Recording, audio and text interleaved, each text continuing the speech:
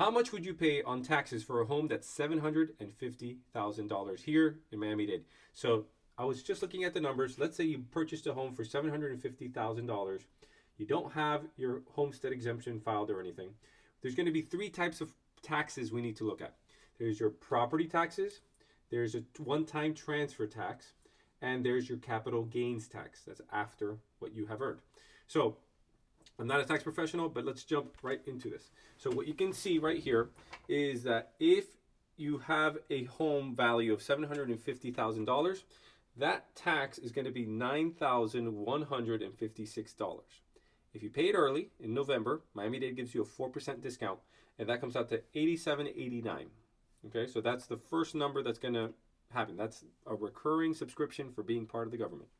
Now, that does get prorated depending on the date that it sells. So they look at the exact date and they prorate it whichever way it needs to go. Now, transfer tax. This is a one-time tax that the state of Florida has.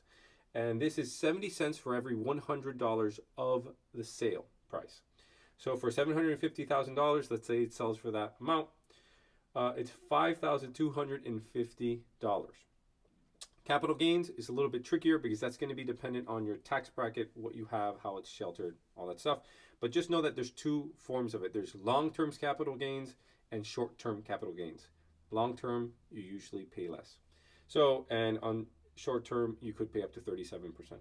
So calculating all this, what do you need to do? One is file for homestead exemptions and widow exemptions, all those exemptions that exist to reduce your tax liability. Two, talk to a tax professional. And make sure that you calculate this ahead of time after you buy the home or you're going to sell the home so you can prepare.